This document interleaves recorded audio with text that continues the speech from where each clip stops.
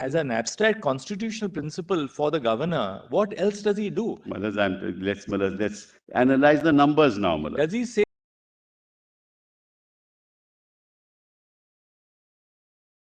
So in what capacity does the governor, Malaz, give an audience to Eknath Shinde and administer the oath of office to him? How is that the discretion of the governor to do that? Which party was the governor, Malaz, recognizing for the purposes of forming the government with the support of the BJP? That's the heart of the matter, and that's nothing to do with the power of the speaker now, Malaz. This is an independent challenge, Malaz, on the appointment of Eknath Shinde as Chief Minister by the governor, and the act of the governor is subject to judicial review. Not a stage where, Malaz, a government is to be formed. This is a stage when an elected government is running. So your lordships for the first time will have to decide what are the discretionary powers of the governor in that context, and can his discretion be used to topple a government with respect to a set of people who say they are split from the Shiv Sena, when a Shiv Sena chief minister is already in place and the governor does not ask the Shiv Sena leader as to whether you are endorsing this or not? By not asking the Shiv Sena, he is recognizing a split.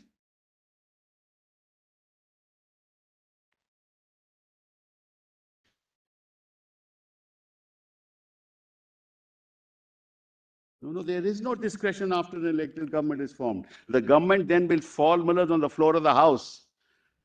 Then the question of the discretion of the governor will come in. If there's a no confidence motion, government falls, then the question will come in as to who the governor will call. But the governor cannot, by his act, topple a government. When Malaj, the governor was approached, when the governor was approached by BJP as well as Eknath Shinde, and the governor told us to have a trust vote, Malaj, on what basis did he ask us to do that? He obviously recognized the 39, otherwise he wouldn't have asked us for a trust vote. There was no occasion to. Because they continue to be in the Shiv Sena. That's their own case. That they did not, Malaj, move away from the Shiv Sena. So if they did not move away from the Shiv Sena, which is their own case, on what basis did the governor say you have a trust vote? Unless he recognizes that the 39 members are rebels, they have split from the Shiv Sena, therefore they and BJP have a majority, therefore you go and show your majority in the House and have a trust vote. That is, well, it's logical. That's the only way to look at it.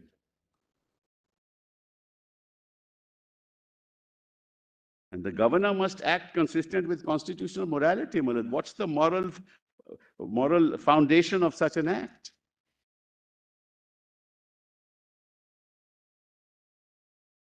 I've already said deletion of paragraph 3. I don't have to read. Directly on point.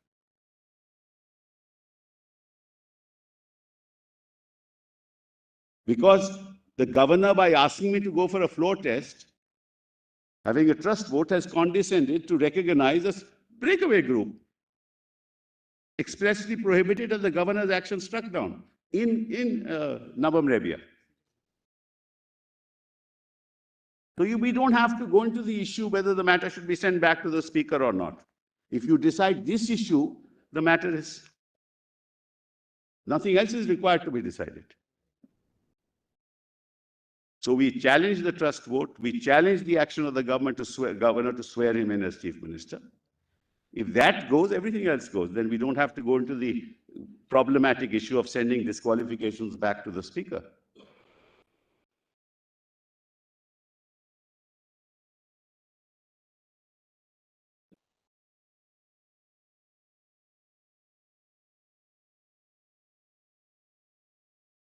And ultimately, Malaj,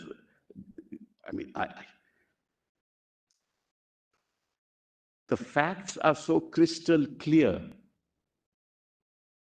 that they can't be the subject of yet another interpretation. They can't be, Malaj.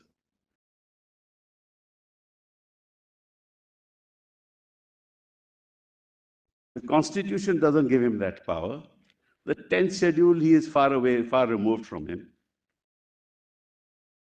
Para 3 has been deleted. Breakaway groups can't be recognized by that way, Malaj, every day a breakaway group will be recognized by the governor and governments will fall. I don't think, Malaj, the Republic expected this. And our Constitution, Malaj, ever envisaged a situation that can happen in our constitutional democracy. The whole integrity of the political process comes to naught.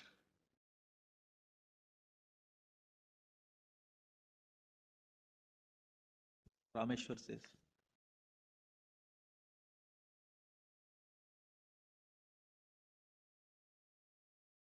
Nabam says the 3 areas in which the governor has discretion, beyond that, none. 371, Article 200, and Muller's forming a government at the initial stage after an election.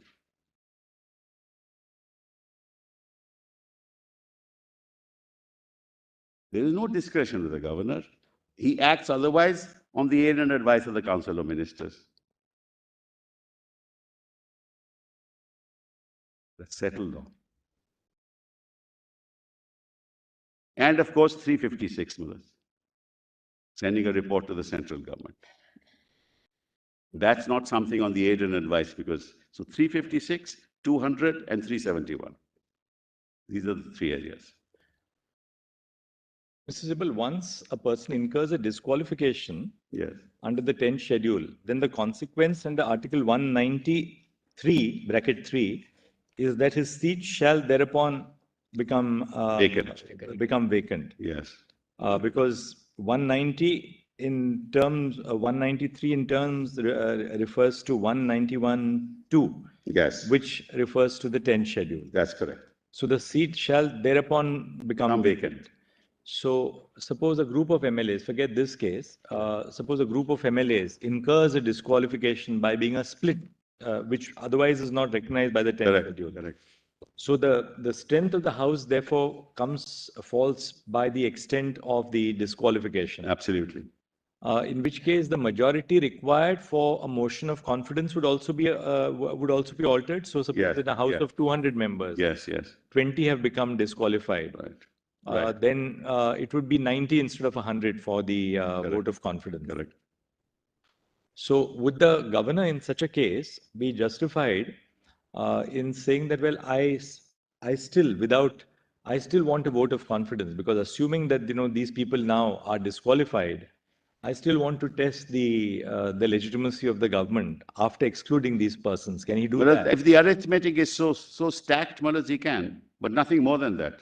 Right. The arithmetic is so stacked, he can. Because the consequence is that those people have to be excluded from the House. I agree. The number comes down, and then he can say, well, I want So therefore, Maharaj, the arithmetic minus these people who are disqualified to establish that absolutely. No dispute on that proposition, but that the arithmetic will decide. That the arithmetic will decide. Here, that question doesn't arise. Yeah, we know he's made chief minister. You think by now the judges don't know he's been made chief minister? I don't understand. Well, your lordship is right, but then the arithmetic will decide. There is no discretion there. He'll call the chief minister. He says, these people are excluded. This is the arithmetic. This is what the numbers are. Prove your majority.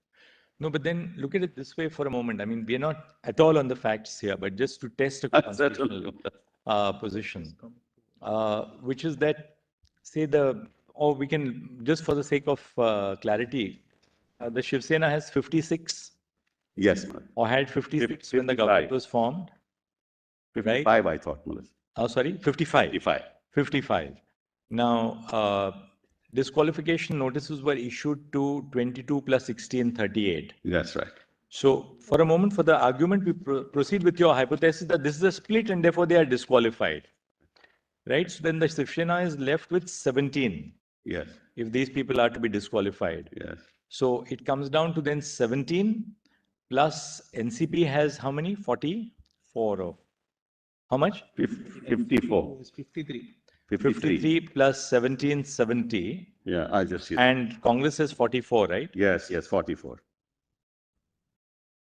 BJP is 106. Even then, it'll be fine. Right. So in such a situation, would the governor be justified in saying that, look, assuming that these people have incurred a disqualification, I still call for a trust vote because the impact of these 39, at that stage, he is not deciding the disqualification. At that stage, the governor says, well, according to me, as a constitutional head, it appears that these people they have split. I'm not deciding that they have split because that's the discretion of the speaker. Can the governor now not say in a given case that, look, these facts now stare at me. I postulate that these people have incurred a disqualification. I don't treat these as members of the House at all. But therefore, because these people stand excluded and the strength of the ruling of the government then falls down to the extent of the extent of the split, I want a trust vote. Well, just let me analyze that in two ways. Number one, you can't then administer an oath of office to one of those who is disqualified. Yeah, you're right. Absolutely correct. Your line of thinking and line of argument on this is. Okay. Now let's forget that. That we'll keep aside. We'll keep aside. Now, the power of the somebody should tell the governor that constitutionally what happens, from my little experience, the numbers, if stacked against the government, will go to the governor and say that the leader of the house has lost the confidence of the house. Right. Then he will analyze that and call. But governor will not do this. That's not his job. There's a sitting chief minister. It's an elected government. You're right. At that stage, the governor is not really calling upon someone else to form government. But what he can certainly do is that, well, according to me, you have a ruling party with, say, which is supported in a coalition with, say, 60 members. Out of the 60, 40, which is a split. The governor says that, well, this is a split, and this is a split which is not recognized now by the 10th schedule. The speaker is going to take his own time to decide on the disqualification.